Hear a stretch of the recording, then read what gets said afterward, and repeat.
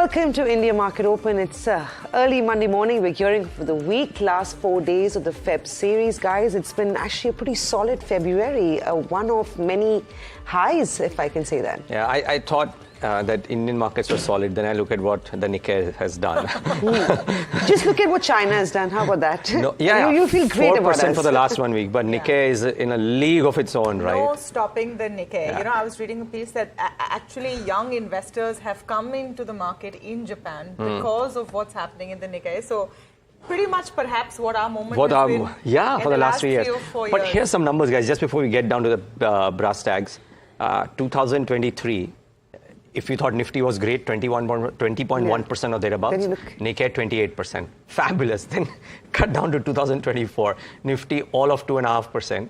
Nikkei is a whopping 18%. Yeah. The Japanese markets have gone through the roof. And all this when they're in a technical recession. Yeah. So this all comes in. So if you think markets are a reflection of real economy, you might want to take a step back and take a check of that. But yeah, Japan's on a roll. Wall Street's also not doing too badly.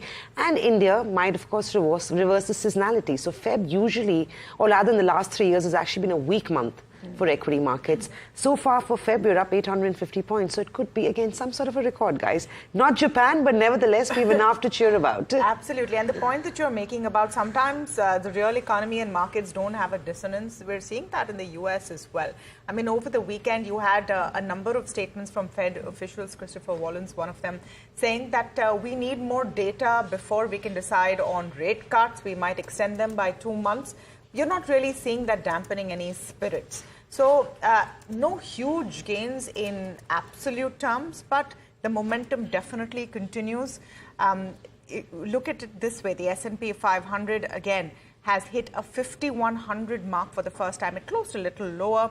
The Dow closed at all-time highs as well in Friday trade, so the mood overall is positive. Of course, now there are two factors which the US markets are going to be tracking. One, you're going to have PCE data on Thursday. That's what the Fed tracks. That's personal consumption expenditure data.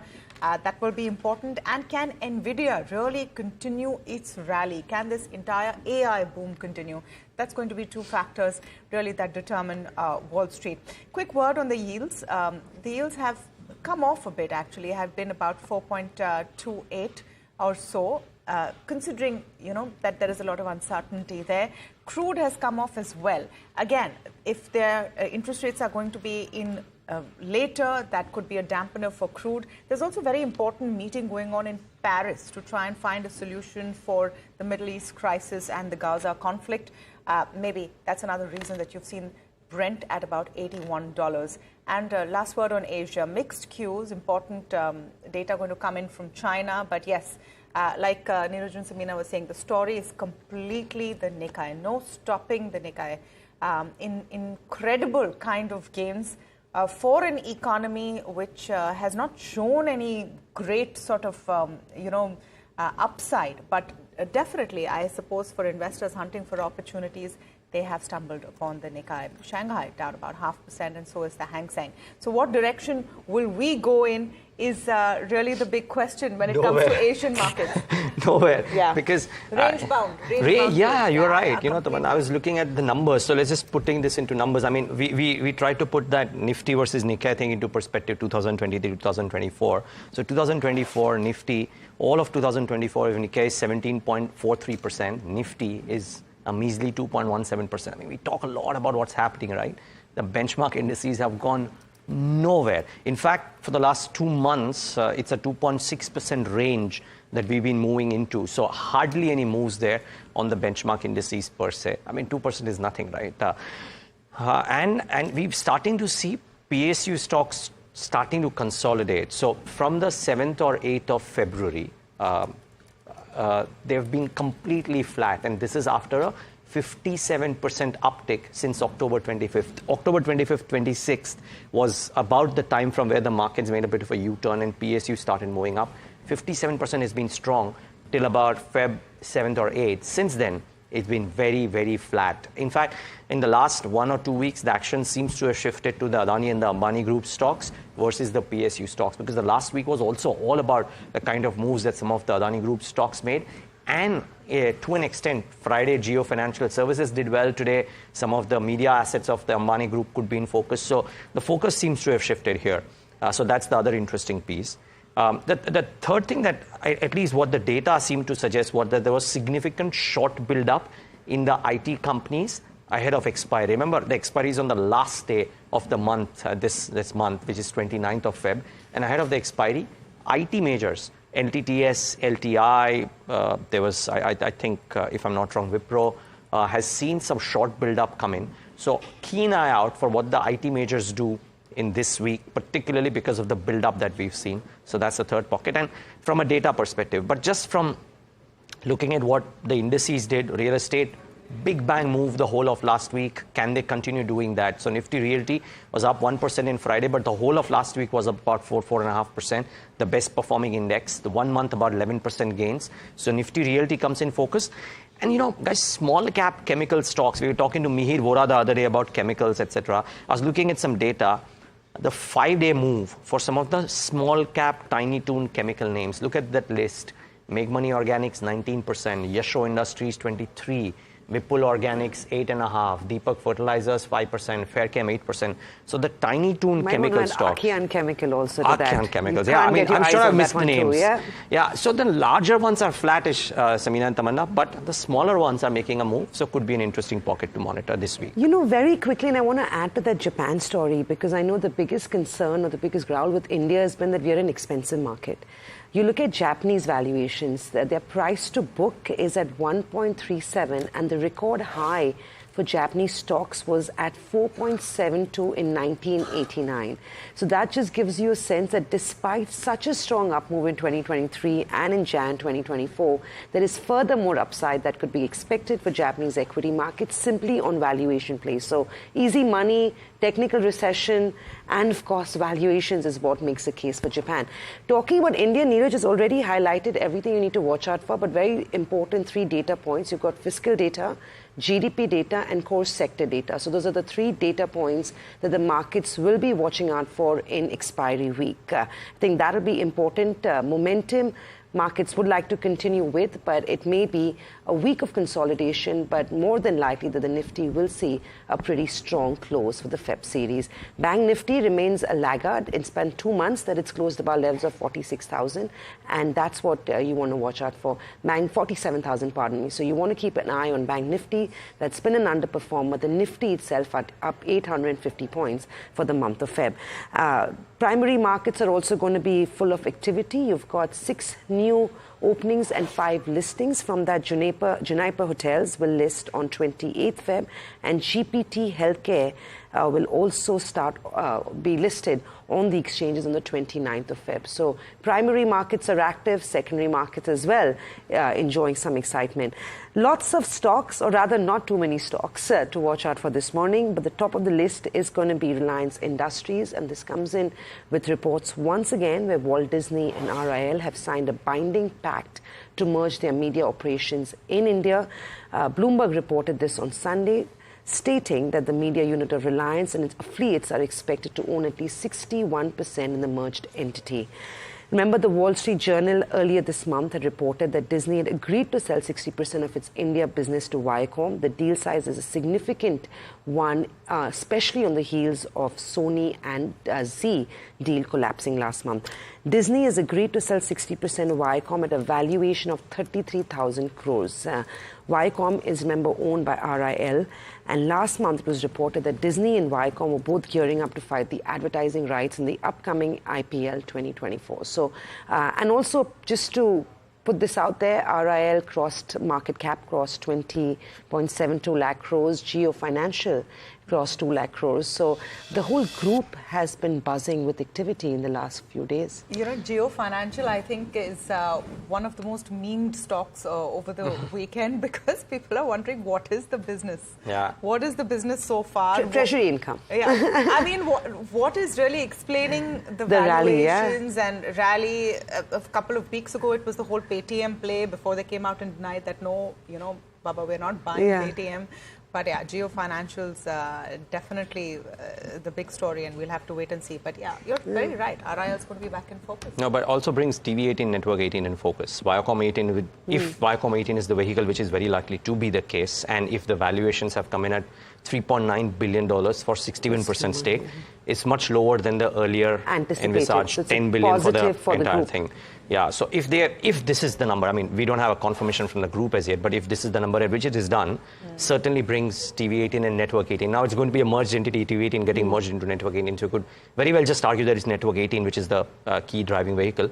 But if that is indeed the case, then could be, I mean, if we see a positive reaction into Network 18, TV18 today, well could be on account of the valuations at which this deal supposedly is being struck. So I think media as a sector could be in focus. I believe Zee has set up a board as well to investigate and, of course, school off everything negative for the sector. Know. So, you know, they put out a press release over the weekend, and they said that now we have a board which will look at all of the quote-unquote malicious rumors about us. But I'm not sure what that board is going to do in terms of bringing confidence or negating those rumors, because if there are reports about investigations by the Ministry of Corporate Affairs or by SEBI, then those only will go away once you have clarity from the ministry itself. Ministry itself. So I don't know what this board of Zee is going to come and say apart from what the press release is saying. So I'm not sure. It's probably, I think it's just commentary, right? That stock has been reacting. I mean, it's still in an F&O ban, and despite that, we've seen very sharp reactions coming in on Zee pretty much every other day. So if it's up 5% on a given day, it ensures it collapses 5 to 10% the following day. But media is a sector to watch out for. There's enough and more news that will be keeping the sector quite active. Another sector that's on top recall and has been is railway stocks. The daybook indicates the Prime Minister, through video conference, will be announcing railway infra projects to the tune of 41,000 crores. Now, this could be big. Some of these counters have posted disappointing earnings, remember, and hence have been on the sell side for most part of Jan and for some part of Feb as well. This morning, though, you could see some sort of an upside on anticipation of order wins for the railway sector. Another quick one I want to mention is Kotak. This is not going to be big in terms of stock movement, but important because it's a large bank we are talking about here. Zurich Insurance is now going to buy 70% stake in Kotak Mahindra General Insurance. Why this is important and what it means, this will be done in a single tranche through the primary and secondary acquisition. Initially, remember, Zurich Bank was expected to acquire 51% and 19% within 3 years. The business is small. It only controls 0.5% of the premium market share, 0.3% of net worth, and it incurred a loss of 120 crores in FY23. This is Kotak Mahindra General Insurance I'm talking about.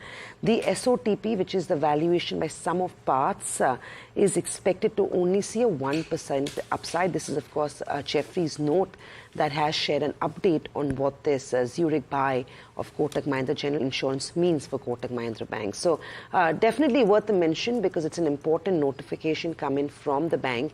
And given the size of this bank, we have to address it.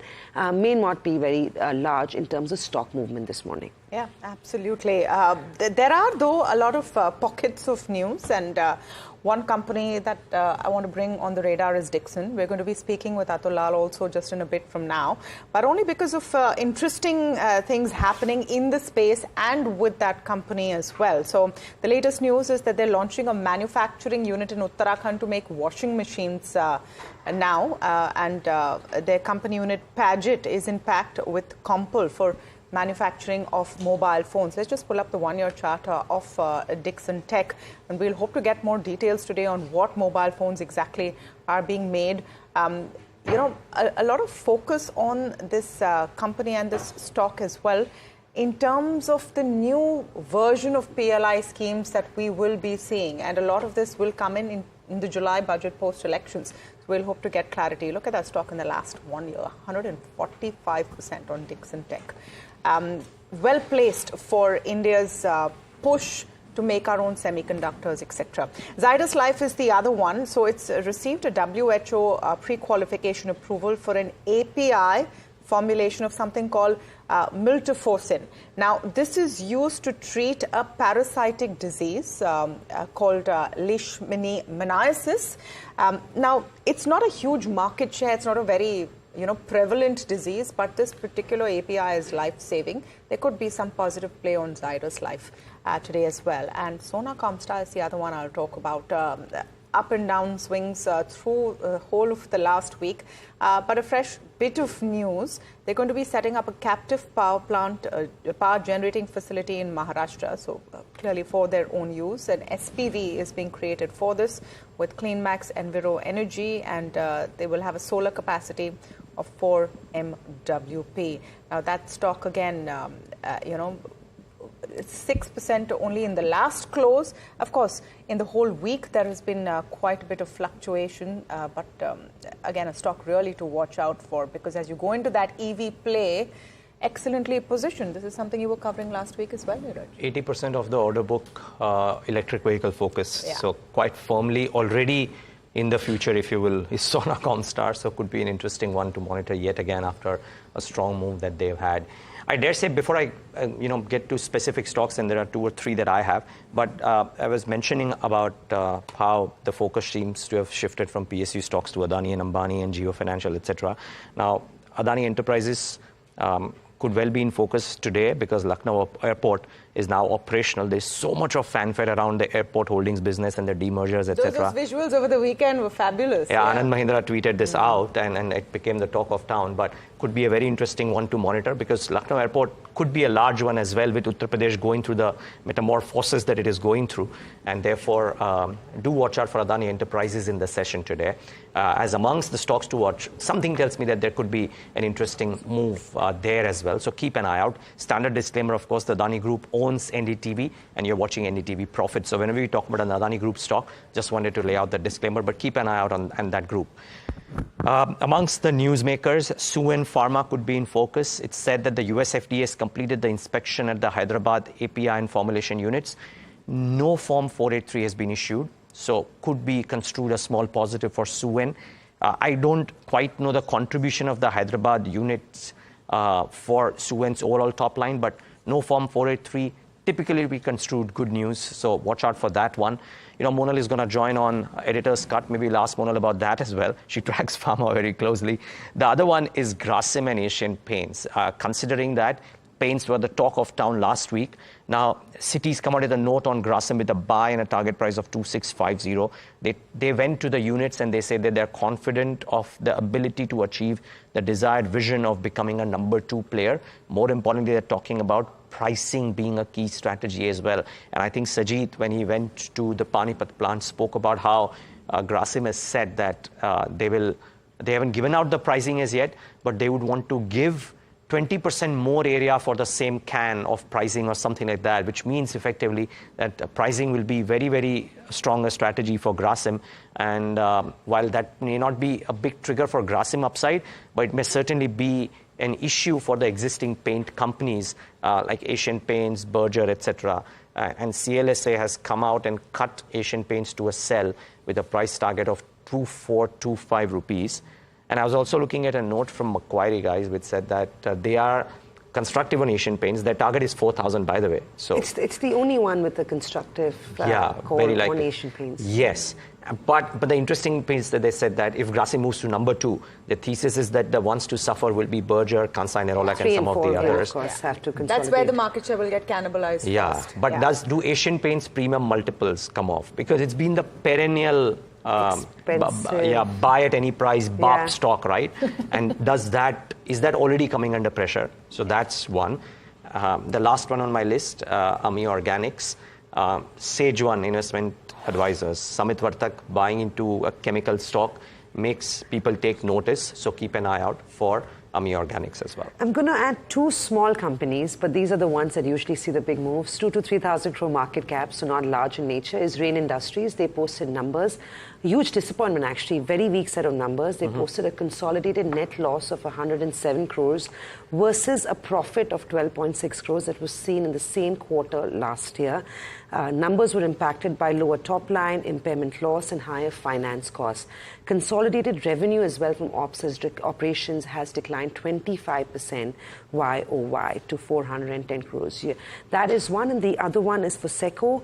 This one has actually had a good quarter. Small company, like I said, 2,500 odd crores of market cap, but they've registered a 33% growth in net profit, posted a profit of 16.3 crores. And this was on back of better other income and better top line. Revenue from operations also grew 15.7%. So these two small companies will see a gap up in early trade, I'd expect, this morning. Just a few more. Zaggle prepaid is one of them, and Samina, you spoke with them last week as well. Again, a lot of news flow here. So they've signed a customer service agreement now with Cure Pharma for benefits and expense management. The list of very decent clientele is increasing, so Zaggle might see some positive moves on the back of that. Skipper is another one that has been in the news. It has an order of 737 crores from Power Grid. They will design, supply, construct a 765 kV transmission line project, and Max Healthcare. Now, they had, during their quarterly conversation, also talked about how they want to expand fairly aggressively. So the board has given an in-principle approval for the acquisition of a land parcel in UP.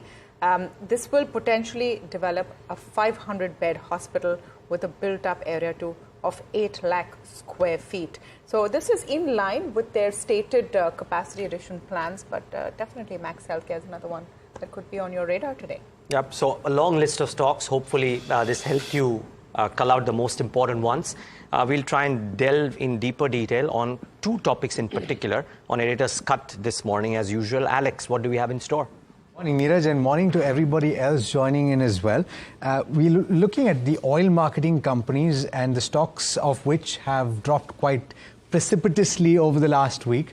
But if you zoom out, the picture changes quite dramatically. And you will notice that they're not off their highs by a very large margin, at least two of them. And the second topic, if I may draw a parallel, back when we were in school, we used to wait for a report card. And there were a few of those notations that your teacher or your principal made that you would dread quite significantly, right? So for the Indian pharmaceutical industry, I guess the equivalent would be the US FDA. And any observations that they would have through 483. What we're trying to give our viewers is a bit of an understanding of what the latest observations are and whether or not the Indian pharmaceutical industry is scoring well on the parameters that it needs to. But let's start with the OM. Okay, well, let's start with her? Of course we can. This is so interesting that we may just drop off my thing, really. It doesn't matter. So let's start with the report card for the Indian pharmaceutical companies. Of course, all of this comes because you spoke to the country head, Monal, of the US FDA over the weekend. There are more inspections, but what is the key detail as to why those inspections are taking place? Yeah, it was a very interesting conversation that I had with Sarah Macmillan, who's the country head. And she did say that there's quite a ramp up in the number of inspections post-COVID. Of course, there's a little bit to do with the fact that they've not earlier inspected during COVID. But it's also that now a lot of companies increasingly want to export to the US. So it could also signal that. So an increase in the number of facilities. My conversation with her brought about, so just talking about what are the issues that they're now persistently seeing. So it's data integrity. And now, of course, I've been looking at a lot of 483s of late. And if you realize, there's always been one issue there. You have complaints that are raised by the customers, but all those complaints are not really seen through the end. As in, there's just it just so happens that the complaint is raised and then it's left open. So not enough investigation is done into it, and that is a problem that's consistently brought up. So, one second, I'm so sorry, I'm going to have to make this even simpler, right? When you say 483s, you're talking about a particular form that has been sent out by the US FDA to these pharmaceutical companies, in which they list out certain observations based on inspections that they're doing. One of those observations is data integrity. But what does that entail? So it typically deals with quality. So now it could mean that there's a quality issue in terms of the manufacturing process that's put in place. And the conversation with her also indicated that a lot of Indian facilities are sort of old. And there's a regular upkeep which may not be happening. So that was something that she was alluding to. And it's an interesting fact because my conversation with a lot of other analysts, pharma analysts out there also indicates that maybe a lot of facilities are old and the cost of upkeep is quite high. Versus we're always seeing a margin pressure in terms of price erosion in the US, right? That's a common question. So that's some trade-off that you have to manage. The other aspect was whether or not as a percentage of the inspections that are being done, whether observations are significant. And I think the answer to that question is positive. It's positive. It's surprisingly positive. The number of observations you're saying have gone down. Like the observations are there. But the official action indicated, which means that now the company would have to follow the US FDA's directions to resolve the issues that are happening at the facility, have actually lowered. So that is definitely a positive. Most of these inspections are clearing and are ending at a VAI, which is voluntary action. So the companies decide on how to remediate, so they're not that serious. Is that because Indian pharmaceutical companies and the administration here has been pushing for an improvement in quality? Absolutely. So in December, we had a revised Schedule M. So Schedule M deals with quality and the upkeep of facilities and the kind of, the standards that you are supposed to maintain in terms of manufacturing. So that has been revised and it has been brought up at par to the European import standards. So that's a positive. Now, if this were to actually come into place, which will take some time to play out, but in general, we should see that an overall improvement that is going to tackle with the spurious drugs issues that we've been suffering since the past 1 year. So it should tackle that. And overall, yes, there's going to be an improvement in quality. Let's hope for that. But I just want to lay it out for the benefit of our viewers that, Monal, this is on back of an exclusive conversation that you had with the head of US FDA in India, right? Yes. Yeah, so this is not some analyst or anything else, which is also very important. By the way, we're not decrying anybody, but the US FDA's views top the list of the most important voices. I got a chance to listen to a slice of that conversation, Niraj, and what I thought was very interesting is from the perspective of somebody that studies the sector, she was asking the country head of the US FDA, what's the best way to read your 483s? So she was saying... What was the answer? Yes, so they list the most... The difficult issues at the top, and that's how in the order of importance, and the most prominent ones are at the top. So that's how we have to look at it. Every time, watch out for the order in which we put out the observation list, and you will know how detrimental it is. Okay, so I must point out that the conversation that we've been speaking about right now is going to play out in just a bit. In fact, on India Market Open as well. So do stay tuned for that. Niraj, let's shift very quickly to the OMC conversation. Because as I was pointing out, some of these stocks have seen quite a bit of a drubbing over the last week. But in a larger context, it's not a big drop. It's not a big drop. By the way, it's topical because Morgan Stanley's come out with a note today and they are bullish on OMCs. I mean, it's all the flurry of negatives. And Citi last week mentioned this as well. But I'll make this very quick. So look at the data firstly. 1 year returns, BP, HP, IOC, 92, 146, 128%. That's the 1 year return, right? So there is a significant upside that has already happened. From the highs, BP is down about 6%, HPCL down about 8.3%, IOC is down 17%. So 17% for a stock, which is actually in a good run, is good. Now, there are a few notes that have come out which are negative. So say I chose CLSA, you can choose any of those, but I've chosen CLSA. Why is it that they are negative on OMCs? None of the concerns that CLSA mentions are about business. All the concerns are about valuations, relative to global peers and otherwise. So CLSA says stocks are pricing in much higher than historical marketing margins, stocks are pricing in continuation of near record refining margins, and stocks are trading at notable premium to the global peer average EV/EBITDA multiple. No concerns on business, by the way. No concerns on whether something else is coming to the fore individual company-wise. So that's the first thing. It's a valuation concern, not a business concern. Part one. Is there reason to be optimistic? And there are a clutch of people who are optimistic as well, including Morgan Stanley today. So very quickly there, FY25 earnings outlook is still very strong for all of the OMCs, by the way, pending any crude price upticks. Now, that's an imponderable. You can't really dwell too much on it. So that's first. The government, remember, has deferred the capital infusion plans and has brought it down from 30,000 to 15,000 crores. So lower equity dilution and deferment of that equity dilution, which is also to some people a positive. Third, the companies individually are doing great. We highlighted this in an earlier editor's cut. BPCL's net debt, as per the management, is 6,000 crores. Net debt 6,000 crores is the lowest in its recent history. So therefore, that's a net positive too. And then when you look at multiples, Jefferies, for example, has come out with a note on multiples. They say that the peak cycle multiples for OMCs, as they've seen in the past, leave room for further upsides from where they are right now. So that is part one. They see over 36% upside for BPCL, by the way, if we go back to the Goldilocks scenario. So that's part two as well. And that could be multiple things, you know. I mean, they enjoyed peak cycle multiples in calendar year 14 to 17. So that's to be kept in mind. So keep an eye out for that, that if indeed the sector, if the government doesn't intervene too much on the pricing, if crude doesn't go haywire, then we might see peak cycle multiples as well. And therefore, a buy on dip strategy, as Citi was recommending, is not ruled out. The only other risk that I see, which is maybe non-business or otherwise, but nothing company specific, any cut in the retail prices of diesel or petrol, which the it's government an election year. Election year, but the government has shied out thus far, right? Correct. So that's a positive. A crude price rally of 7 to 10%. They may raise worry on marketing margins as well, and any fuel taxes post-election to meet the deficit glide path that the FMS laid out for that, and large global refining capacity additions. But aside of that, there's no business risk that people are pointing out. People are only pointing out to valuation risk.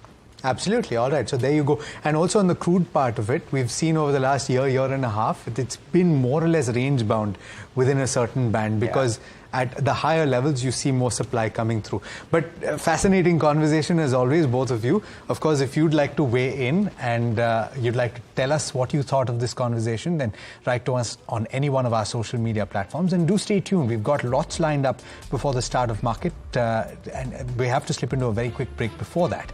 So we'll be back on the other side. Stay tuned.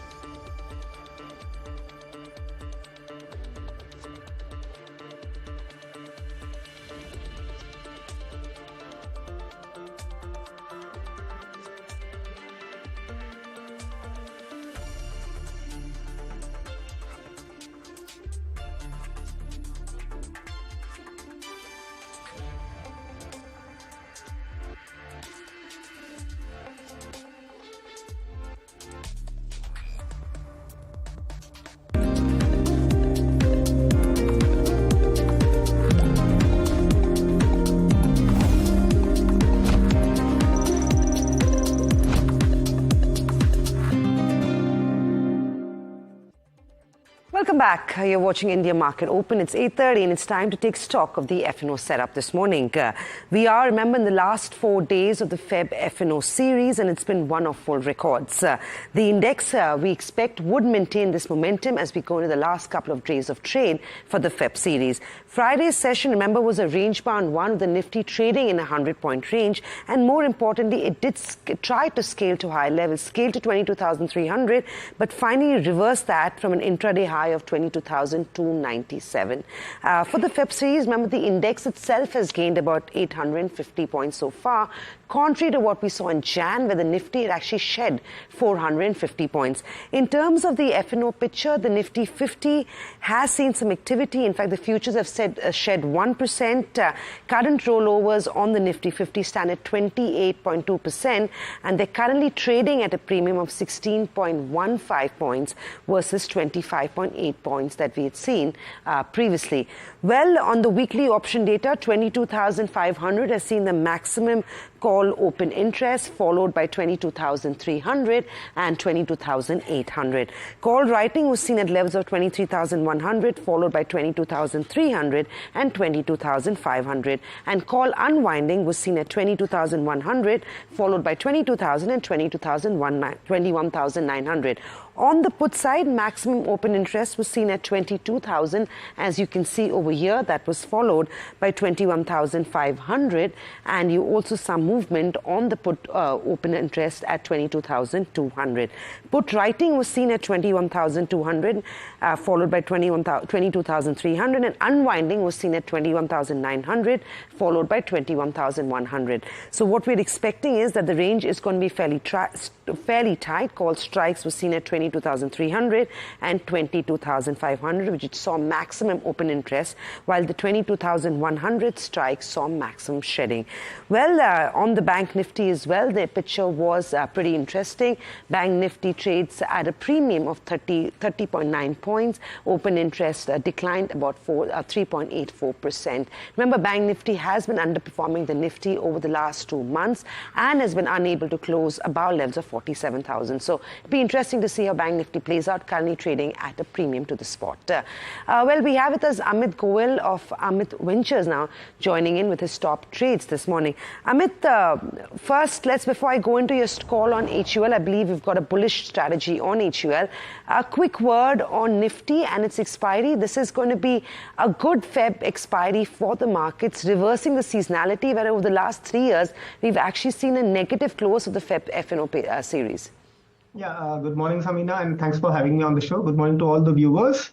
Yeah, this February is one for the books. We have reversed the seasonality of the long-term averages, and we are looking at a smart close on the upside. If I were to talk about the current week, I do not see it as a very data-heavy series week, and I expect the market to be fairly range-bound without any major global cues also coming in. Apart from the I guess there is this one important news bit, economic calendar, which is going to come out today. I think it is the retail home sales, I think. Apart from that, I don't think there is any major news before the conclusion of this expiry. So I am expecting markets to be, at least the broad indices, the action to be a little subdued, and the real action would be at the stocks. So from Nifty and the Bank Nifty perspective, again, I'm looking at a range-bound setups for both Nifty and Bank Nifty, wherein I would like to, set up a short strangle sort of a trade, short strangle or an iron condor at about 21,850 on the downside and 22,550 on the upside for this week's expiry. That's on Nifty. Amit, that's a good point. Let's talk about HUL. I believe you've got a constructive strategy on that. Fresh longs and a bull call spread as well. So you are anticipating some upside, limited upside on HUL. So if you can share both the strategies with us for HUL. Yeah, so HUL, it has been under pressure for some time in this month. But what I see is some bit of recovery on the technical charts. And there is a small sort of a breakout on the smaller time frame, because of which I'm expecting HUL to give a sort of a breakout on the upside. And since we are very close, we are in the current, this is the expiry for February, I would want to, give some time for this strategy to play out, and hence I'm not looking to do anything in this expiry, but look to set up a bull call spread wherein time value decay can hurt. Hence, I'm looking to go into the March expiry, wherein I will buy the 2400 call and sell the 2500 call, converting this into setting up a bull call spread, where the max profit, theoretically speaking, would be about 19,000, and the max loss, which is a defined risk trade, the max loss is going to be about 11,000. But we are not looking at incurring the entire max loss. We will exit the strategy if our view on the breakout gets failed. And I've given entry, stop loss, and target levels. Entry is about we will look to enter between 2400 and 2380. Stop loss at 2350, 2365. So at stop loss, the max risk that I'm taking is about 4,000 rupees on this trade. And if we were to achieve our target of 2,500 levels, the reward is about 8,000. So we have a healthy 2:1 RR on this trade.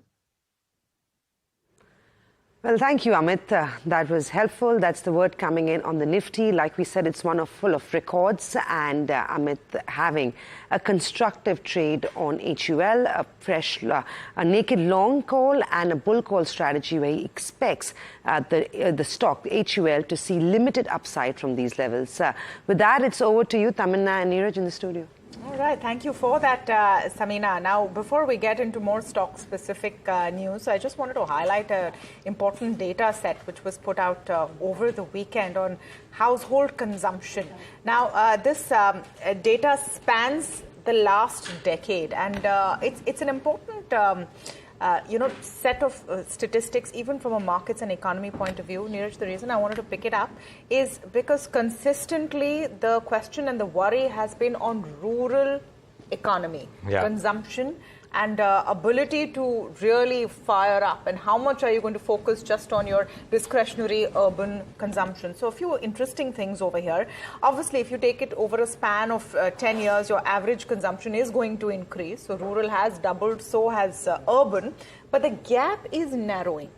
The gap, at least at the lowest level, is narrowing. Even in rural India, less out of your entire pie is being spent on food. And that is a sign of improvement when you spend a lesser amount of your monthly income on food. Less is being spent on cereals, more on protein sources, eggs, meat, etc. So that also shows better nutrition. So overall, the one reason of that could be because if government is providing cereals for free, then you need to spend less on it. On them. But overall, it's a positive sign for directionally where rural consumption is going. And isn't that something that consistently has been coming up as a theme? Yeah, and in some sense, Tamanna, it's great, right? It's the upper end of the K curve on the food spend, if you will, if we can classify it that way, right? Because otherwise, if you are running paycheck to paycheck and spending only on the day-to-day items, then there's nothing left to do other kind of income, so other kind of spend. So that is one interesting piece, yes. And does this point towards some bit of an upliftment in the rural discretionary spend? That's the question. Yeah, that remains to be seen. I'm just going through the Bernstein note on it as well. So while they say that premiumization and shift to discretionary items is evident, it's really the dependence on the free food program which is the question. You are going to be able to spend on other things if your basics are taken care of. And the free food program will end at some point. It's already been extended several times. So post 2024, that will be a big factor. Are you still going to continue to provide free cereals to these many kind of people? Because once that goes out of the picture, then these numbers will be skewed. Yeah, and just the other interesting piece could be what we've seen, say, for example, various economists, including somebody that I really like, was Pranjul Bhandari's views, wherein she had mentioned that there is change seen in the balance sheet of the rural household because of the non-agri dependence now, predominantly on infrastructure. And if indeed that spend continues, capex drives continues, then the kind of income that the rural household gets could be meaningfully higher as well. Absolutely. So positive in that sense. The only, I would say, ointment in the fly would be that the gap between the upper end of rural and lower end of rural is expanding. So that K-shaped sort of pattern can be seen there as well. Also, why this data is important, I just want to add one line on it. This is going to determine what your next CPI basket is going to look like, which is up for review by 2025. So on the basis of this, you could see lesser weightage being given to food, which is the most volatile factor. Your vegetable prices every month is the most volatile factor. So that is why this data is important from the larger perspective. But meanwhile, let's get to more stocks that you should keep on your focus today. And Varsha is joining us for more. Varsha, what's on your list this morning? Good morning, Tamanna. So let's start with Transformers and Rectifiers India, wherein they've got an order of 232 crore from Power Grid Corporation for auto transformers, and the contract needs to be executed within 21 months. Then we have Shakti Pumps, wherein they've got a contract of 84 crore from Haryana Renewable Energy Department for 2,443 pumps, which needs to be completed within 90 days. Then we have HDFC Bank, wherein it gets RBI approval for sale of 90% stake in HDFC Credila, the education loan subsidiary of HDFC Bank. In April 2023, Central Bank had asked HDFC to reduce stake to under 10% in next 2 years. Now bank will retain almost 9.99% stake in HDFC Credila. So if you see, HDFC Credila has extended loans to over 1.24 lakh customers since its inception, and the current loan book is at over 15,000 crore. Then we have Tips Industries, wherein board is to consider proposal for buyback of shares on Feb 28. In Jan, company had declared 300% dividend to its shareholders. And lastly, we have Piramal Pharma, where US FDA has issued Form 483 with 2 observations. It concludes its pre-approval inspection of company's US-based facility. So this was around from Feb 20 to Feb 23. Yeah. Okay, well, we'll watch out for some of these stocks as well. And mind you, today too, it could well be a day wherein both pharma and chemicals as a pack stay in focus because of news flow.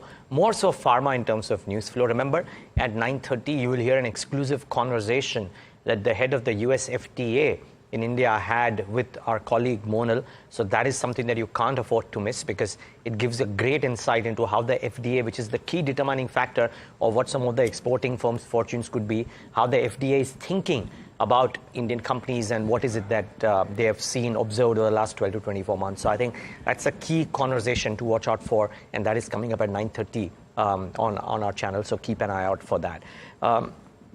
The other aspect amongst everything else is, how the PSU rally seems to have stalled a little bit, and how the focus seems to have shifted to some of the large private groups as well.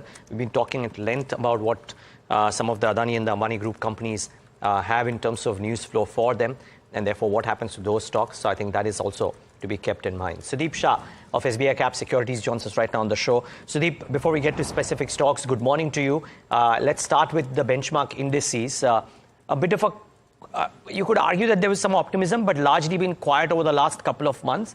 Is it better to focus on stock-specific strategies as opposed to the index? Do you have a strategy on the index? Absolutely. Good morning, Niraj. See, what we feel is that last several weeks now we are seeing markets in a tight range. Although they have in the last week they have broken out and we have hit a new all-time high, 22,297. But still, we could argue that largely the indices have been in a tight range, and it is the stock-specific activity which has picked up. Now you see infrastructure, infra stocks, you see real estate stocks. A lot of these indices, one by one, we are witnessing sector rotation here. So I feel largely it will pay to be in the stock-specific side of the market rather than just focusing on the index and trying to capture trading ideas on the indices. So while the overall mood remains upbeat, we feel that from an overall perspective, 22,050 zone will act as a strong support. On the upside, we could even see levels up to 22,450, 22,500 also in the coming few sessions. Because indices have witnessed a breakout of the symmetrical triangle pattern that it had created in the last few sessions. So there the breakout is already there. The indices are sustaining above that breakout zone of 22,050. So the momentum is positive, but I feel it will still be the better opportunities would be there in the stock specific side of the market. Sudeep, Bank Nifty, it's been 2 months that it's not managed to close above levels of 47,000 and continues to underperform the benchmark even now. Do you think in this series there is any hope or chance of Bank Nifty outperforming and closing above 47,000? I want to understand whether it's worth going long at these levels for the next few days. Good morning. See, what I feel is that overall Bank Nifty, it is facing resistance around 47,500, 47,800 mark now. There was a pending gap which was created while there was a gap down opening on 17th of January. So that gap is yet unfilled. Every time Bank Nifty is approaching that zone, there is some kind of resistance at higher levels. But we also need to acknowledge one fact that the way PSU Bank Index has moved strongly, the way ICICI Bank has rebounded, and even HDFC Bank from lower levels has seen a good rebound. But it's again, the whole metal of the Bank Nifty would lie on HDFC Bank. So I feel HDFC Bank here would be the key. Any move in HDFC Bank above 1445, 1450, and if this stock sustains above this zone, then that would mean Bank Nifty directly moving up to 47,700, 48,000 on the upside. So while the other components are steadily getting bullish, whether you say ICICI Bank as well as partially Axis Bank also, but the key would remain on HDFC Bank from current levels to take Bank Nifty beyond 47,500 or 48,000 levels. Having said that, the support on the downside now lies strongly around 46,500, 46,400. That is where the 10 as well as the 20-day exponential moving averages are placed. And I feel the way it is sustaining above this zone, the supports will be held. But how and when and with what speed the Bank Nifty moves higher, everything depends on HDFC Bank from here on. Oh, it all depends on HDFC Bank. Sudeep, before we continue talking about specific stocks that we've identified, you want to take us to your top trades that you're recommending this morning? Yeah. See, the first stock that I like is from the real estate space. Now, we've seen a good breakout on the real estate index. And the top pick from there would be Godrej Properties. Now, the daily as well as weekly charts, the stock has given a strong breakout. The stock is now even sustaining above its previous swing high, which was 2450 on 30th Jan. And in the last few days, we have seen a strong build-up on the long side in terms of open interest also. So from the current levels, I feel 2410 could act as a strong stop loss. And on the upside, we could see levels of 2560 as well as 2600, which could be achieved in the next few sessions. Another stock which I like is Shriram Finance. Now, this stock also has given a good breakout, say, on Friday, and the break in the last few sessions, the stock has got good support also around 2300, 2350 zone. So the way the momentum has been shaping up in this stock, the daily as well as weekly structures are quite bullish, and we feel that from the current levels, Shriram Finance could be bought with a 2400 stop loss on the downside and 2550, 2575 target on the upside. All right, stay on with us, Sudeep, but let's take a look at some of the block deals that took place in the last couple of sessions. Anushi is joining us with more. Tamanna. So I present to you four stocks that were in focus ahead of their bulk deals which happened. Starting off with Ami Organics. So over here, Stage 1 investors bought about 2.5 lakh of shares, which represents about 0.63% or 0.67% of equity at a price of about 1,075 per piece. Next is Electra Green Tech. Over here, Ujjwal Kumar Pagaria sold about 5.5 lakh of shares, which represented about 1.1% of stake. So he had a current holding of about 1.1% stake, from which he has sold about 0.67% of the stake at a price of Rs 2,096.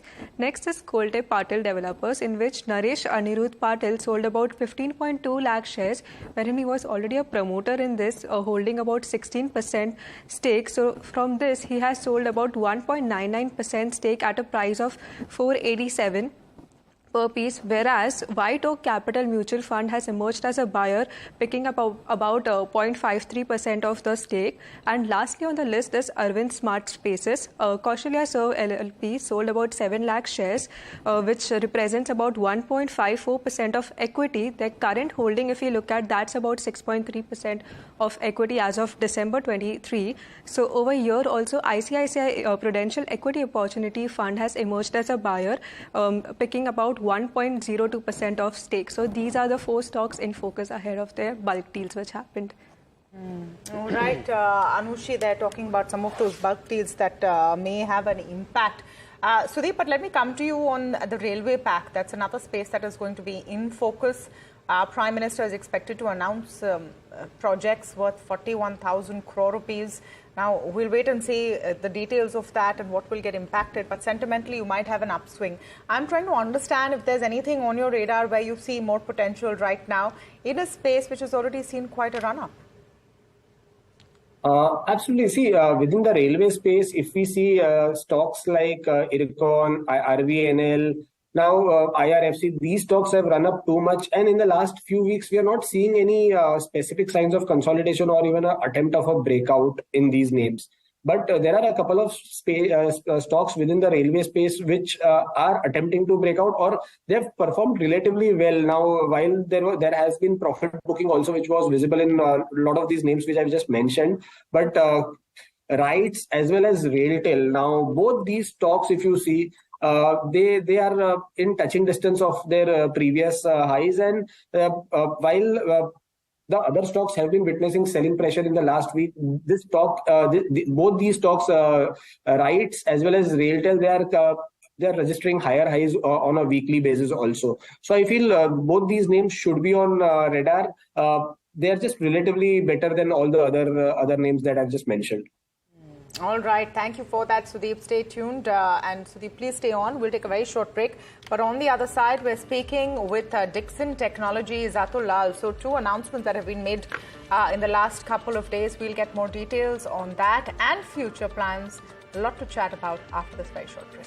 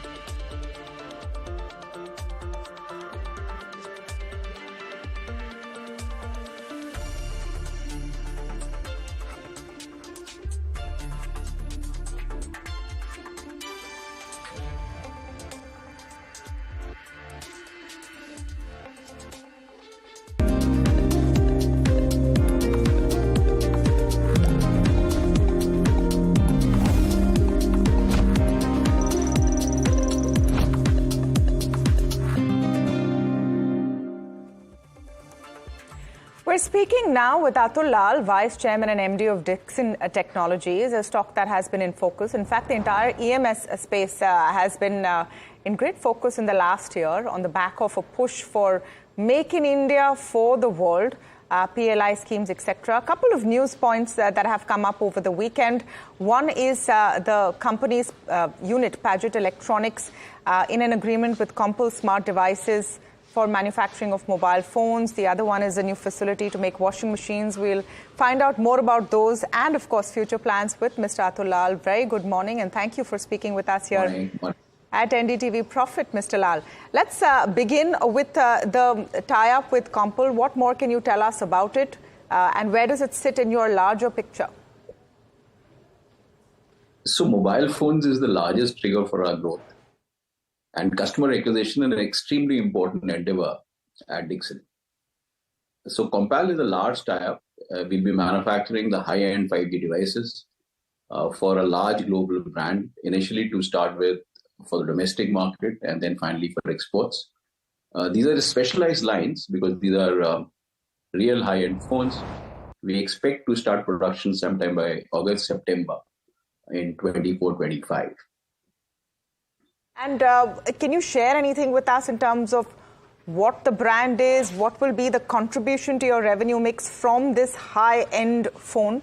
Because what we've seen so far is the low-end part of it has been of a higher component, isn't it, Mr. Lal? I humbly request you to give us some more time. Please appreciate there are confidentiality clauses. Presently, I'm not in a position to share the details of the brand. However, for the information of the stakeholders, these are really high-end phones, yeah. So in terms of contribution to revenue, etc., or to your top line, is there anything that you can share or give us a sense whether now the focus will increase on high-end phones? So I'm not in a position to share the revenue numbers also. Okay. There are confidentiality clauses in this agreement. Our product mix is going to be a mix of both high and medium-end phones. It's going to be 4G, it's going to be 5G, it's going to be high-end 5G. Okay, fair enough. Let's talk about the other announcement that has been made about a new unit for washing machines. Give us more sense on that, Mr. Lal. How big is this and how significant is this in your bigger picture? So we have set up a new facility in Uttarakhand. The factory was inaugurated by Honorable Chief Minister just last week. In this, we have made an investment of 100 crores. We have a capacity of 2.4 million machines. It's going to be one of the largest capacities in India. The production has already started. The order book is extremely good. We are confident that almost 90% of this production is already being serviced. The order book is already there with us. In your Q3 mix, your home appliances revenues had come down. Is there an aim to buffer up this segment? No, home appliances, which has been comprising of primarily washing machines till now, has shown a very significant growth. From 1.1 million units last year, we're going to close at almost 1.9 this year. And we hope to have more than 25 to 30% growth in washing machine segment in the forthcoming fiscal. And now our other factory for refrigerators also commenced production, which is having a capacity of 1.2 million units. So combined, it's going to be a high growth domain for us. In terms of your revenue contribution, obviously, like you said, the lion's share is from mobiles. Even in Q3, your mobile division contribution had increased to 67%. Is this the trajectory you see increasing even as you shore up on home appliances and, of course, the IT hardware piece, which is yet to come about? So as I shared with you, the largest piece in our revenue is going to be mobiles. That's going to be the largest trigger of growth because the opportunity pool in mobile is the highest. However, for us, IT products, again, is a large opportunity wherein we have tied up with two large global brands. The production for one of them should start sometime in April, May. For the other one should start in August, September. We are working on some more customer acquisitions. The market for IT products in India is $10 billion. And we have made a large commitment to the government over the next 5 years as a beneficiary of IT PLI 2. So it's again going to be a very large contributor to our growth journey. In appliances, we are extremely bullish, both on washing machines and refrigerators. And also in consumer electronics, we are the largest player in the country in televisions. So these are extremely important segments for us. Just give us a sense of what is your internal time on the PLI-2 scheme on IT hardware? Are you expecting this now post the election season, etc., to be over? So are we looking at this coming in second half of this calendar year? So the scheme tenure is 5 years. And we have already made the threshold investment as committed to the government. Order book is already there. We have signed the contracts. The production is being planned. The lines are being set up. The organization is being built up. And as I shared with you, our first year is for under the PLI-2 scheme is going to be 24-25. For one of the brands, we are targeting production to start sometime in Q1. And for the second large brand, we are targeting to start the production in Q2 of the next fiscal. That's the plan. And what would be the size of business in this 5-year period? Also, the question about whether there is any government now, agreement which needs to come in, or a government stamp which needs to come in for PLI-2. What are you waiting on that end? So responding to the second part of the question, the government rollout of the PLI scheme has already happened. The guidelines and the rules are in place, and we are complying with those, which are primarily on three elements. One is the threshold investment, second is the incremental revenue, and third is the localization. So we are working on all three, and we're confident of achieving it. We have kept a very large target for us under the PLI-2 scheme of 5 years. We have kept a targeted revenue of almost 48,000 crores. So that's the way, hopefully, it's going to pan out. We're working hard towards it. It's a very, very large opportunity pool for us. How crucial, Mr. Lal, is what we will see in July when you will have allocations for all of the PLI schemes come in? Obviously, this was an interim budget. You will have the main budget in July. And right now, that figure is pegged at about a 20,000 crore capex. How crucial is that for you, and what would you expect from those announcements? Would you expect those capex figures to roll out as scheduled and increase over time?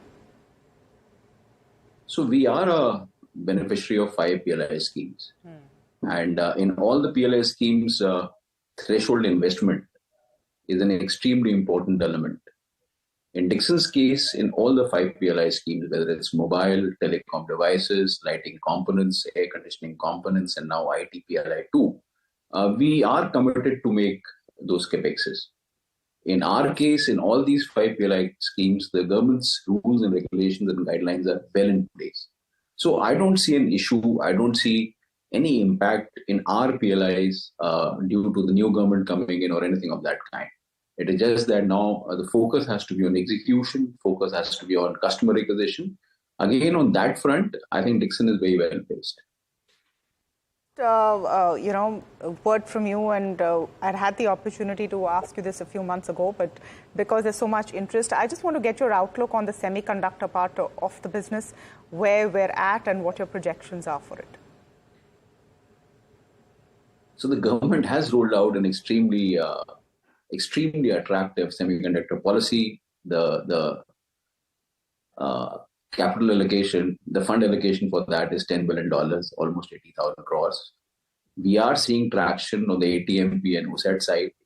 Possibly there's going to be an announcement on the foundry side also. In Dixon's case, we are going to be pursuing now the vertical bit. What we have been doing till now is the horizontal expansion. In vertical bit, we are seriously looking at display modules. So that's what the teams are studying. We are working and we are in dialogue with some partners. Let's see where it pans out, but we are seriously working in that direction of getting display modules for mobiles, for IT products. That's what we are targeting. So that's the big sort of takeaway and forward-looking plan. Serious work on the display modules and semiconductors will be the next big leg for Dixon, as will be the IT hardware piece. Thank you so much, Mr. Lal. Always a pleasure speaking with you. Thank you so much. Really appreciate it. Thank you. Well, that's Dixon for you. Could be interesting to see how this one moves in times to come, or this whole EMS space, if you will. Devin Choksi, Managing Director of DR Choksi Investment Managers, joins us on the show as well. Devin, good morning. Thanks for joining in. Dixon entering into one more contract, a PLI scheme beneficiary, so on and so forth.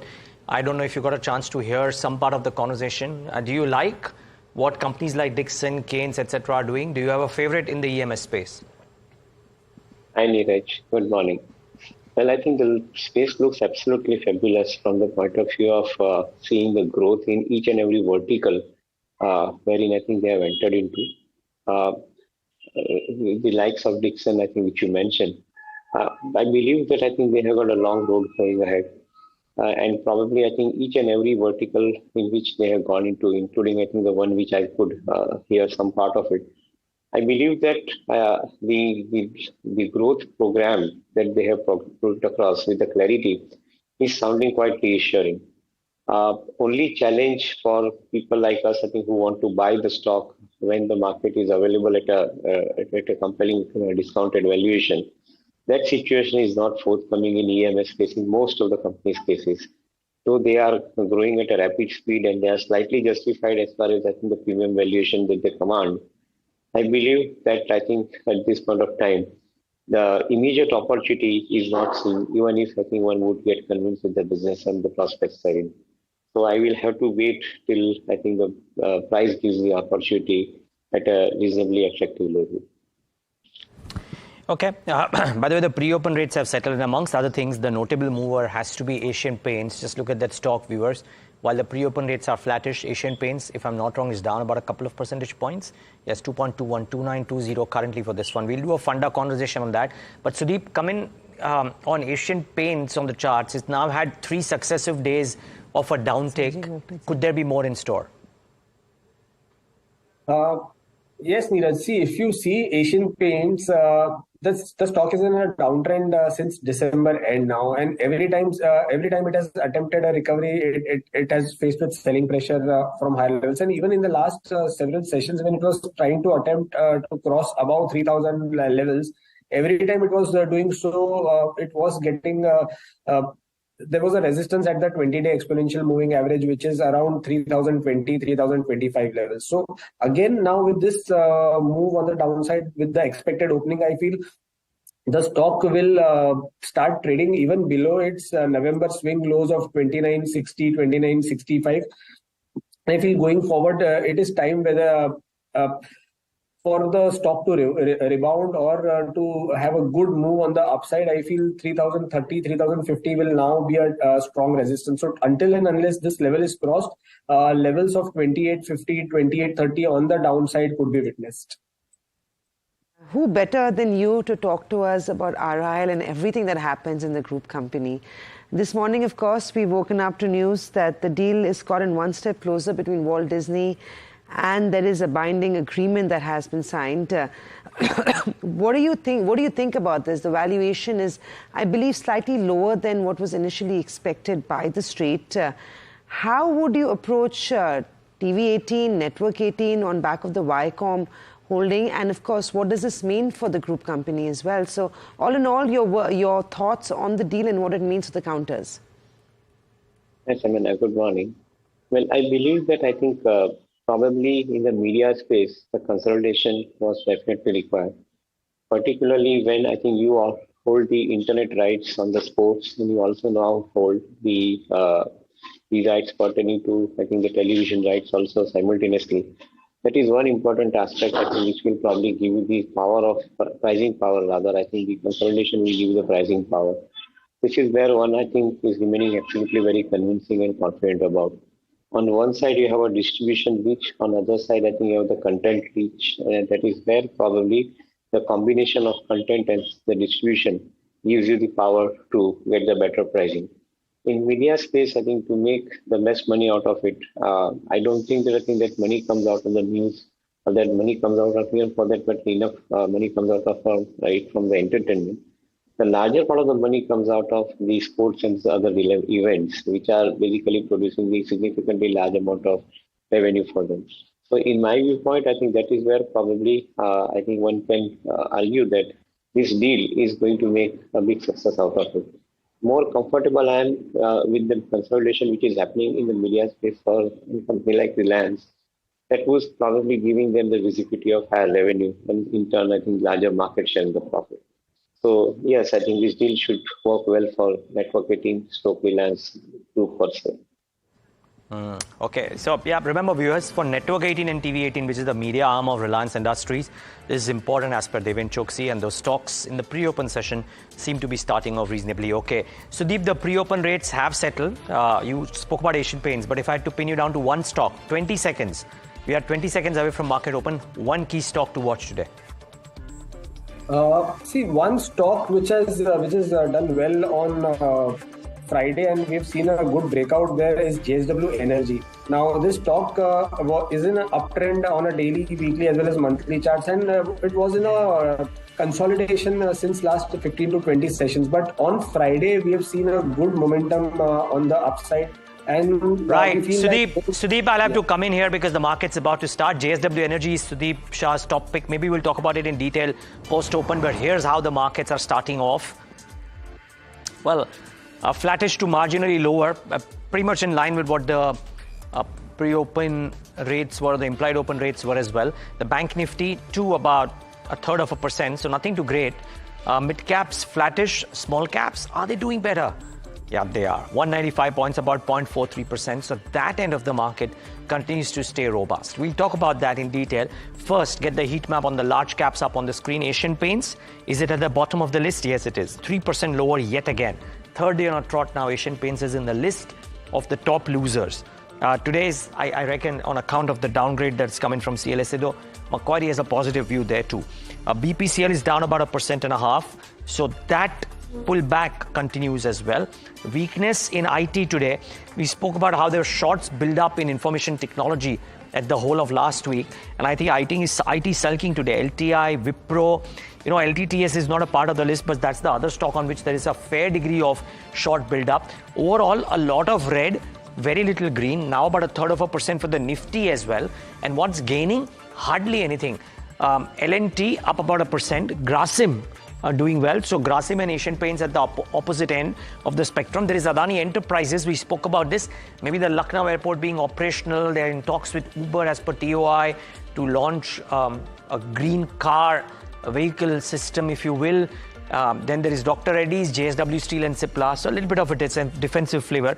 But clearly, the stock of the morning, viewers, has to be Asian Paints, is now 4% lower. And if you look at the 5-day chart of Asian Paints, that will tell you the story of how much Grasim's foray has meant for the stock. We talk about how it was known and it was well discovered, but when the event actually happens and the scale of the event got discovered, I think there is some more pressure on Asian Paints. This may well get bought into, but for now, this is really sulking. Tamanna, what are you sowing? Absolutely. But what I find interesting is that the Grasim story has impacted Asian Paints more negatively than positively for Grasim. The fear factor on being displaced has seen a bigger hit. Probably. But, talking about news flow, Paytm is one stock that we should talk about. An MS note this morning has said that the RBI's clarification, which came in on Friday evening actually, saying that they've now asked NPCI to figure out how to onboard Paytm customers on the UPI module so that, they don't have too much trouble. They're seeing that as a positive. Morgan Stanley has in fact set that target at 555 rupees. That stock up 4% again. So it's been an interesting clawback for Paytm from its lowest levels if you look at the last few days. Rail stocks is the other one that we should keep an eye out. You'll probably see more of action than this once there's actually an announcement, but the Prime Minister is expected to launch or to announce at least 2,000 odd projects worth 41,000 crore rupees. Now remember, this was something which didn't happen in the budget. It's happening ahead of elections, but you might see a spurt in rail stocks as well. Of course, please look at valuations and charts before you decide to invest. SBI Cards is the other one that's on our radar this morning. Morgan Stanley has retained an equal weight and set a target of 750. The data which has come in for cards is mildly positive for SBI Cards, but that stock not really reacting, to be honest, this morning. Embassy REITs is the other one. So just looking at some stocks which had brokerage reports on it, a buy call from Jefferies, about 1% up. Piramal Pharma is one stock that, we should talk a bit about. There was a US FDA inspection which was concluded at a US-based facility as well for Piramal Pharma. And it wasn't too negative at the end of it, so that stock about 1.5% up. But some big moves this morning as well, Samina. There are a bunch of stocks that are actually reacting, may not be too well this morning, and I'm going to pull up the big movers. So Rain Industries taking it on the chin, down 7%. Numbers were weak. They've posted a loss of about 100 odd crores versus a profit that we'd seen in the same quarter last year. So a huge knockout for Rain Industries. The stock trades under pressure, down about 7%. Asian Paints, on back of that CLSA target price reduction, the stock is down 3.5%. In fact, paint as a whole pack is looking weak. Berger Paints as well, trading with a cut of 2%. Yes Bank is slightly lower. You've got some cuts that you're seeing for Titan. You've also got Emphasis. So across the board, there is some weakness across the broader markets. No specific sector really losing or leading the losses in today's trade. Across the board, there is some weakness. No major cuts except Rain Industries that is down 7%. On the upside, Idea Forge is up 5.5%. Let's pull up that one. That stock looks good. You've also got Genesis that is trading with a gain of 2.5%. Zaggle Prepaid is up 6% on back of the order win. Paytm continues its upward journey. Another morning of 4.5% gains coming in on Paytm. Indus Tower is up 3% as well. You've got Webhub Global as well that trades the gain of 3%. PNB Housing Finance is leading the up move with a gain of 5%. Mahindra Holidays is seeing a gain of 4.5%. Orchid Pharma is having a pretty solid morning, 7.5% higher on Orchid Pharma. Jio Financial, after 11% up move on Friday, continues to do well. Tarmat, that stock is worth a mention, from 69 to 143. It's pretty much been a one-way journey for Tarmat. Again, a small cap company, but the move is pretty fantastic on Tarmat this morning. Voltam Transformers also looking good on the upside. So lots of small cap names that are gaining in today's trade. Stocks like Rain are seeing some pressure on the sell side on back of weak earnings. Suven also looking good this morning on back of no Form 38 observations coming from Suven Pharma for their Hyderabad unit. So all in all, it's a decent morning. It is a morning of a little bit of profit taking, some consolidation. Remember, we are going into, or rather we're already in the last 4 days of trade for the Feb series. So you are seeing what you are on expected lines. A quick check on Jio Financial before I go back to our guest. The stock, like I said, has had a good run and continues to trade very solid once again this morning. Deven, I'll come to you fundamentally first on Jio. I mean, what is the story here? Their numbers for the quarter were largely on back of treasury income. Every now and then there'll be, some news, some sort of gossip on the street. It could be looking at buying Paytm. The stock gets a bump up, does well. But nothing significant that I can spot that's driving this counter higher. Could you share with me what you think and how would you approach Jio Financial? Yeah, sure. I think the numbers will be following. The business model is already in place. On one side, you have got the NBFC vertical. Second vertical is the AMC vertical, where we have got tie-up with BlackRock. The third vertical is coming up, which is an insurance vertical. And the fourth vertical would be the distribution vertical for all the investment products. So as we see it, I think this entire company basically is going to grow on the large part of the fabric that they are creating through NBFC to, I think, distribution of investment product, giving the balanced income in the entire portfolio. As I see it, I can elaborate, I think, at length on the subject about the NBFC vertical. They are addressing a total addressable market size of the Kirana merchant. They are also addressing the total market size of the retail borrowers who are basically buying from the retail shops.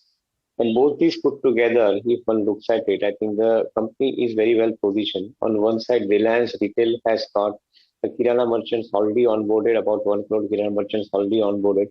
And they would easily require the credits largely for the purpose of doing the trade. which currently these merchants have been operating by taking the organized source, I think, to which they would be taking this credit. So now this is the organized source to which I think the credit would go to them. Similarly, I think more than 18,000 stores on the ground, and particularly the electronics, which is a mainstay of with around 35-40% of the total revenue book in the retail. I think there again, the larger part of the credit aspect is around.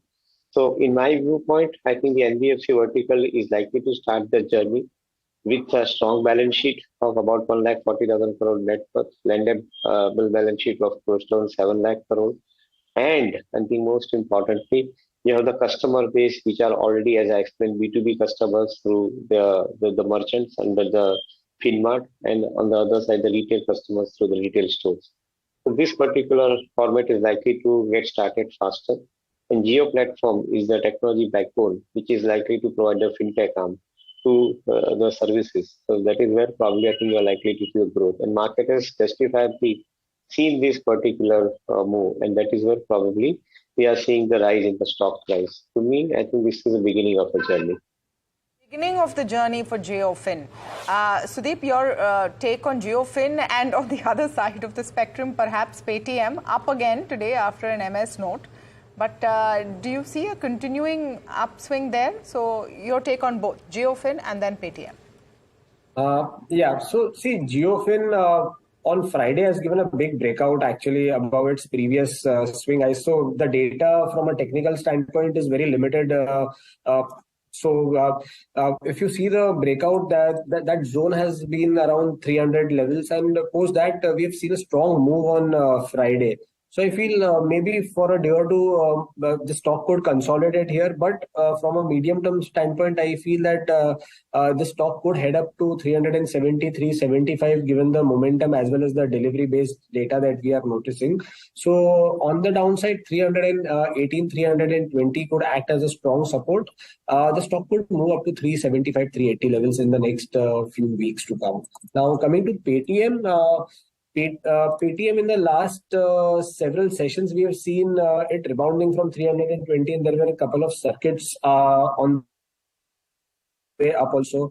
But if you see on the upside, we feel 450 levels will be the key levels to watch out for, because that is where the 20-day exponential moving average comes in. There would be some resistance there. So while there is a rebound rally on the way here, the support zone would be around 410, 408 on the downside. So till the time the stock holds above this, a move up to 450 is on the cards. But 450 levels needs to be watched out, because that is where there could be some resistance, as well as the previous on the way down when there from 800 levels, when there were several bigger circuits, that zone of 450, 470 was some kind of a sticky zone. So this zone on the way up could also act as a resistance from here on. Okay. You know, the other set of stocks, I was talking about Adani Enterprises seeing that uptick. Can we just show that? Adani Enterprises now up about 1%. I don't know if it is indeed the Lucknow airport piece or otherwise, but it's up about 1%. But Adani Total Gas, Energy Solutions, etc. are all doing well too. And Devin, my final question to you is on Adani Ent, the airports business, the other pieces. There's a lot of chatter. I think there was a newspaper daily report which spoke about 5 companies getting listed over the next 3 years. Should one invest into Adani Enterprises or avoid it? Niraj, I think this company has been an incubator, and it has been demerging the businesses as and when they become ready to grow from their own space. So there is no questions asked on this particular aspect. I think the roadmap is very clear. Be it airport business, be it data center business, or even for that matter, I think the new generation of businesses which they have been incubating under the Adani Enterprise, they are likely to get demerged at some point of time. The value unlocking is likely to take place. The good part about this business is that the company follows a strategy way of working.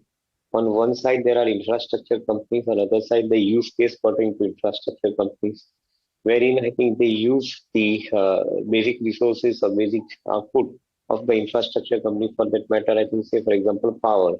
The power is being used in different areas. I think they get into the forward vertical integration.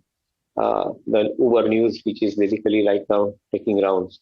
Such kind of, I think, applications or the use cases, as we call them as, I'm giving you the good amount of clarity that they're integrating both the back end as well as the front end in a systematic manner. So one could possibly argue for investing into this particular businesses in a systematic manner, stay invested for a longer period of time. Meanwhile, I think that it takes time for producing the revenue, like the footfall on the airport, and I think now producing the passenger revenue is becoming a reality. So I think if that business gets demerged, nothing like it. Similarly, data center business. So in my viewpoint, I believe that I think this is a good story, but long-term investment with patience could be required in these businesses for investors. Well, on that note, Deven, Sudeep, gentlemen, thank you so much for taking the time out and being with us. Really appreciate your time this morning. Time for a quick break on India Market Open, but we'll be back with a big voice.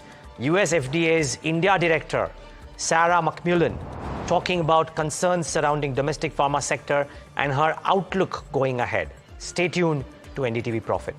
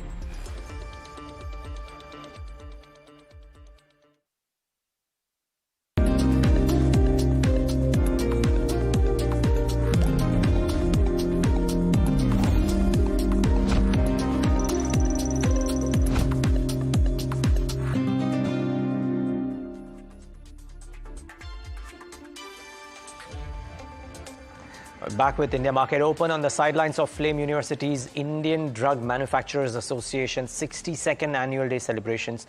My colleague Monal caught up with the country director of US FDA, Sarah McMullen. She started off by asking her about the leading concerns for Indian pharma industry. This is what Sarah had to say. We are starting to pick up our inspection pace post-COVID. And in fact, just this past year, we did over 2.5 times the number of surveillance inspections than we did the previous year. So we have seen an increase in terms of compliance from Indian industry over the past year. And a lot of that came right post-COVID. We had a lot of compliance follow-up inspections. And so this past year saw an increase in surveillance inspections and a lowering of the OAI rates of inspections here in India. That being said, I think we do need to address some of the concerns, as you mentioned, specifically surrounding data integrity. We've addressed data integrity issues in India and globally for many years, and it's concerning to see them come up again and to come up in prevalence. And so, you know, for us, when we see significant data integrity issues, it really speaks to quality culture in facilities. And so we really want to see facilities take ownership for creating a quality culture that empowers everybody at every level to make the right decisions about product quality, and also the accountability to follow that up. So when you talk about data integrity, the Form 483 is always quite exhaustive and a little difficult to figure. So what exactly do you think are the trigger points when we get a copy of the Form 483?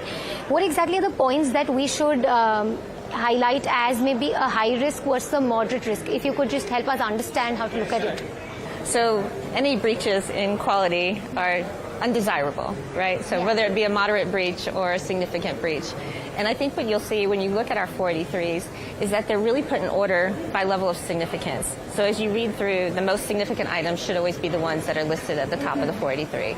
And most of those will be related to the quality system. So if there's any findings relating to the quality system, we take that very seriously, because that could also give indications about systemic problems within the quality system. So it's not just that one violation, it's that there might be a problem within the system itself.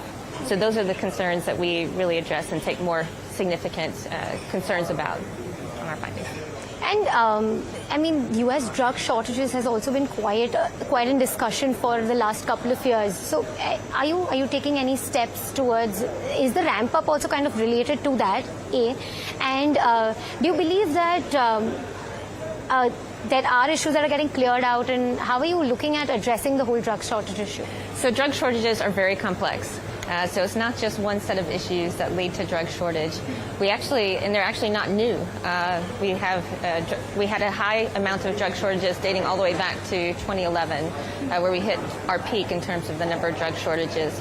And so Congress tasked us to work hard to mitigate shortages, and so we instituted many things to help mitigate shortages. We actually did a study, and in that study we looked at drugs that had gone into shortage, and the majority of those went into shortage because of production problems within facilities. So for us, we want to make sure that we have a consistency of quality in facilities, which will lead to a consistency in supply. Now, there's other aspects of drug shortages, like a discontinuation in production or a sudden surge in demand. Those are other areas that we have other ways of addressing. But really, for us, ensuring that we have consistency of quality within facilities is a pretty easy way to help ensure that there's fewer drug shortages. There's always been a discussion that quality standards for US FDA keep evolving. There's a new issue every time. So how does this evolution take place? And the other question that stems off from that is that maybe the cost of upkeep of facilities could also be very high, because of course there's talks of bioconsolidation that's happening in the US. So there's pricing pressure that companies are witnessing. So could it be possible that the cost of upkeep of the facilities could also be extremely high, and that could kind of have an impact on the quality or the evolving standards at least? So I think I like the fact that you talk about evolving standards. So technology evolves, right? So regulations must also evolve. So when you see us put out new guidances, new information, a lot of that's really responding to innovations and advances that industry itself is doing. So this is one of our ways to help understand, and our engagement with industry helps us understand where those innovations are, where potential risks may be, and how to help mitigate that risk through guidances and increased information sharing. Regarding the cost of maintenance, and I think you'll see in a lot of the 483s that a lot of the items are related to the age of the facility, the upkeep of the facility, especially for sterile products. And so I would urge industry to invest in the facilities themselves as one of the things that they can do to help continue and achieve compliance. As you can imagine, when you have automation and newer equipment and less opportunity for human intervention, that will lead to less problems with non-compliances. And one thing that companies could now do to ensure maximum compliance, if you had to pick one. So I would say invest in quality. So as an agency, we really oversee product quality and process quality. And we really depend on industry to prioritize quality. And so they need to invest in quality systems, and we want to see it go beyond a quality motto. Quality mottos are great, but it needs to be something that can be implemented. It needs to give everybody in the facility ownership of making sure that quality decisions are being made. So I would encourage industry to invest and prioritize quality. And this is now trying to understand what sort of timeline does it take for the inspection. So a lot of companies that we have conversations with, once the first Form 483 is out, they work on it, there's remediation that happens. Then they're always talking about, okay, we are waiting re-inspection. So what is the typical timeline within which you all go in for a re-inspection? So say if a facility is inspected today versus whenever they get the final inspection report, what is the timeline that we look at? All right, so I'm going to say my favorite answer is it depends. Nobody likes that answer, right? So there's a lot of factors that go into the reinspection consideration. Post an inspection where they get a 483, one of our commitments under GDUFA is committing to let them know a final classification within 90 days of their facility. So if their facility is classified as OAI, the time frame for that reinspection will depend on many different things. And so when we talk about the prioritization of inspections, it's a dynamic activity. There's mission critical inspections, there's inspections for products in shortage. There's a lot of dynamic when you put things into a queue, they're all coming from different places, so it's really hard to predict when that time frame for reinspection will roll back around. We know that industry is anxious for that reinspection, and we make every effort to get to it in a timely fashion. But there's a lot of factors that keep us from giving a specific time frame. And does this mean that is it only because of these other factors, or do you expect that there needs to be some ramp up on the staff that you have conducting the inspections as well? I saw that question and I was like, yes. So we actually we're going to be asking for more positions for drug inspectors here in India. Okay. We know that the number of facilities is increasing. We see the government doing a lot of investment into industry. If you look at the numbers over the past several years of facilities that are registered with FDA and actually exporting products to the U.S., that number just continues to go up and up. Absolutely. So the workload is just going to increase here. So we are in the process of requesting additional positions. And I hope all the right people are listening that can help push this along, because that would be really helpful, I think, not only to FDA but also to industry. And yes, and I think the industry is also looking forward to shorter timelines on reinspection, including all investors that are just waiting for a couple of facilities to get clearances. So thank you so much for this. It was a great chat. Yes. It was nice seeing you, Sarah. Thank you so much.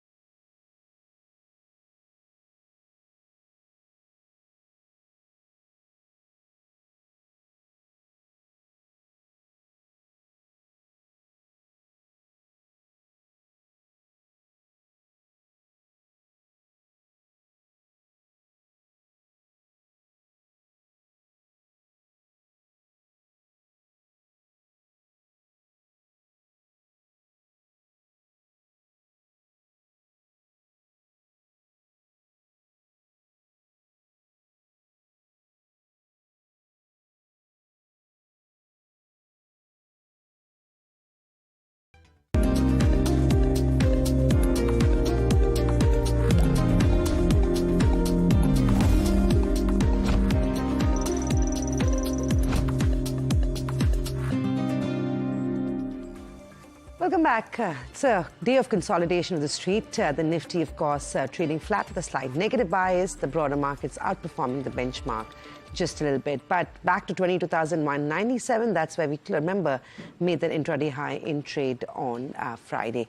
Well, one company that's also been fairly active and on the drawing quite a bit of attention is Chola Mandalam Investment and Finance Company.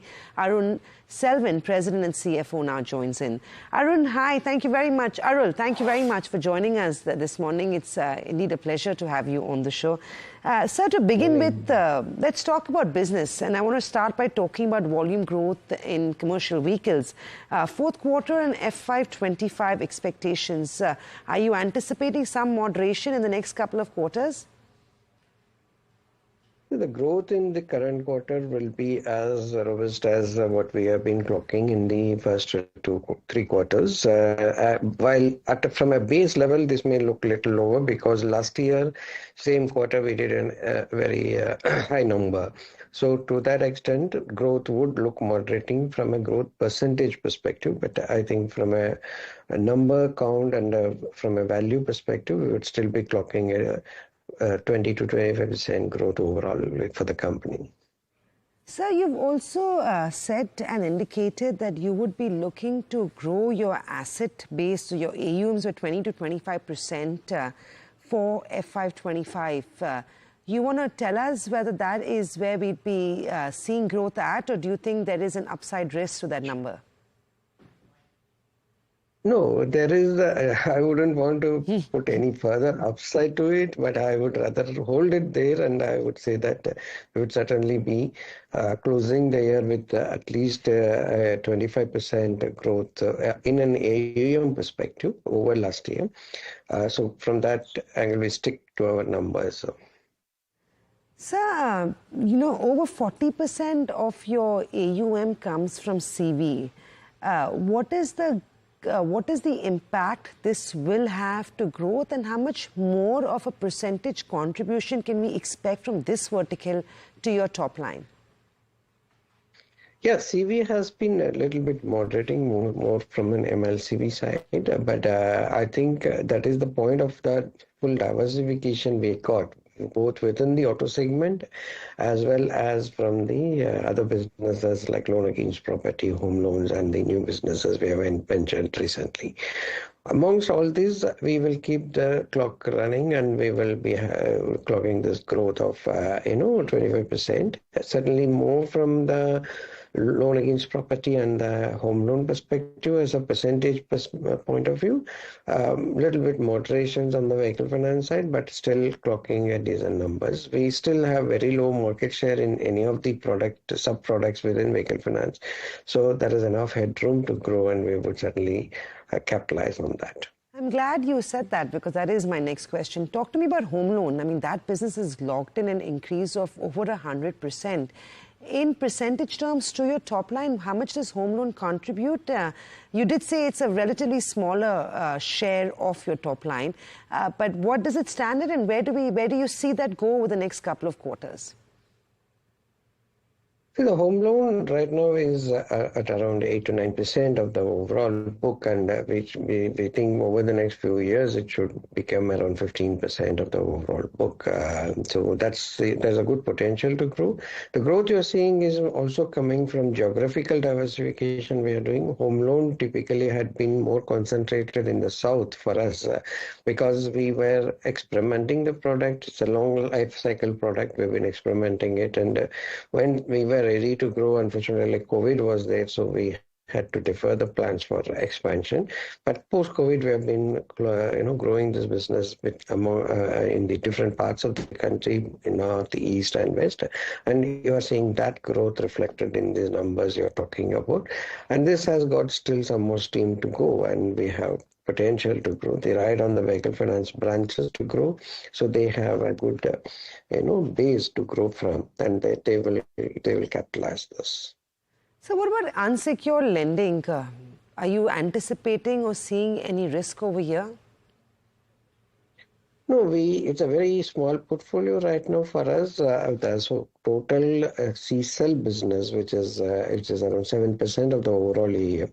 And within that, you have the traditional model where we have our own teams meeting the customers and giving the loans. Those loans are 3/4 of the 6%, 7%.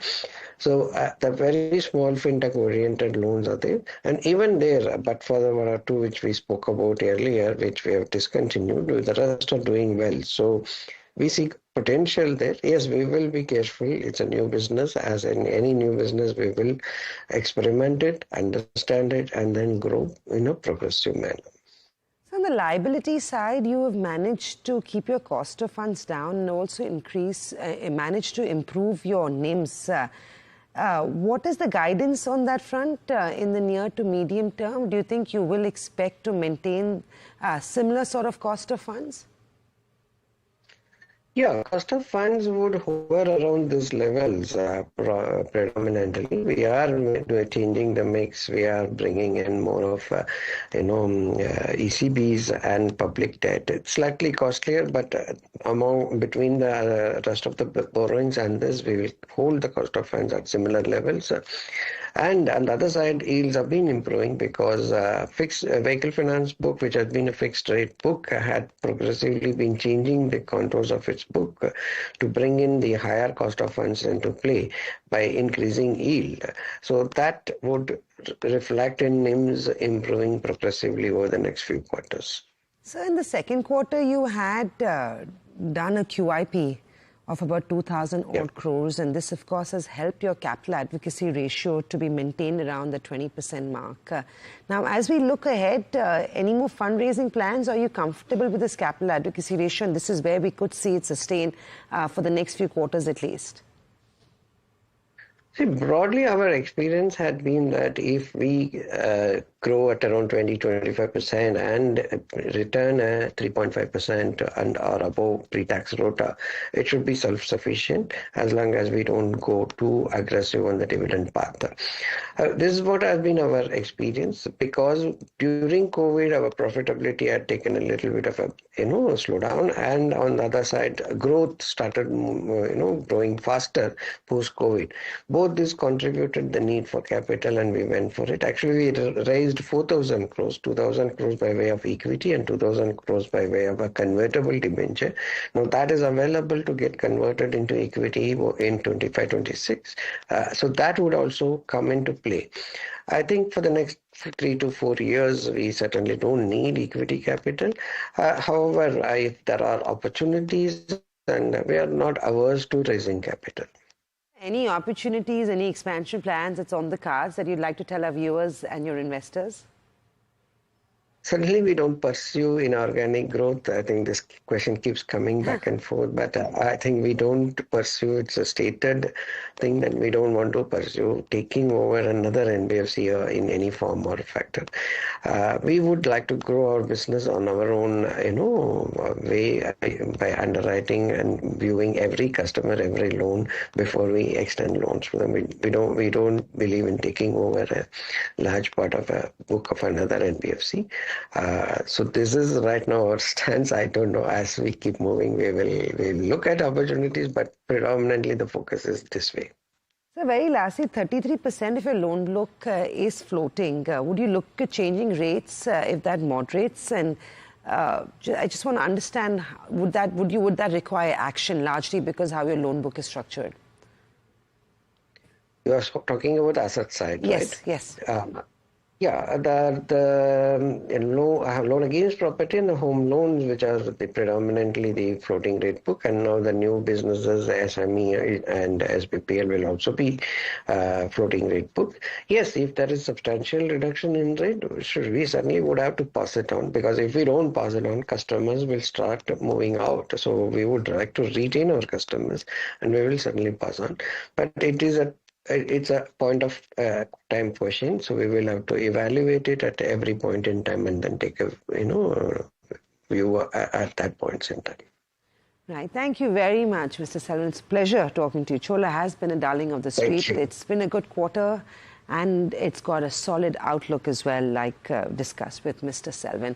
That was Chola. The stock continues to do well. It's actually trading flat this morning, but it's had a good run, remember, in the last couple of months itself.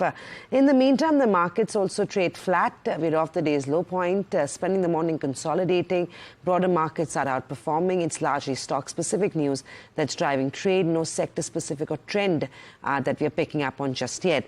But in some important news as well, PNB MetLife has labeled its unit-linked insurance product as a small-cap fund. This may lead to some confusion amongst investors. But will the regulator step in? Alex Matthew joins in with more on that. Alex, the much talked about ULIPs, a category change, a name change. I'm sure investors will be confused, and this is not good news for them. No, certainly not. And the question is which regulator will step in, if at all. So the Securities and Exchange Board of India, of course, has purview over the mutual fund industry. And the IRDAI has purview, of course, over insurance companies. Now, ULIPs are, of course, products that combine insurance as well as investments. And mutual funds are the only entities that can release funds for retail investors. So right now you have the PNB MetLife Small Cap Fund, which is essentially a ULIP, which is currently open for subscription.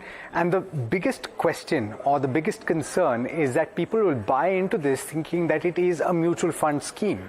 I've been speaking to a few watchers of regulations, and what they're saying is that anything that changes the disclosure norms or breaches the disclosure norms would ultimately lead to a breakdown of the market and a mis-selling of a product, essentially, because you can't have investors that think they're buying one product and are actually buying another. So the question mark is, will the SEBI step in, or will the two regulators speak to each other, Samina? Right, Alex. In fact, ULIPs have notoriously been sold for many, many decades to retail investors as, insurance policies. So lots of mis-selling in that business, in that product offering. But like Alex said, a regulator will have to strike. Which regulator it is going to be something we'll have to wait and watch. With that, we're completely out of time, and it's a wrap on India Market Open. Thanks for watching. Up next is Talking Points, so stay tuned.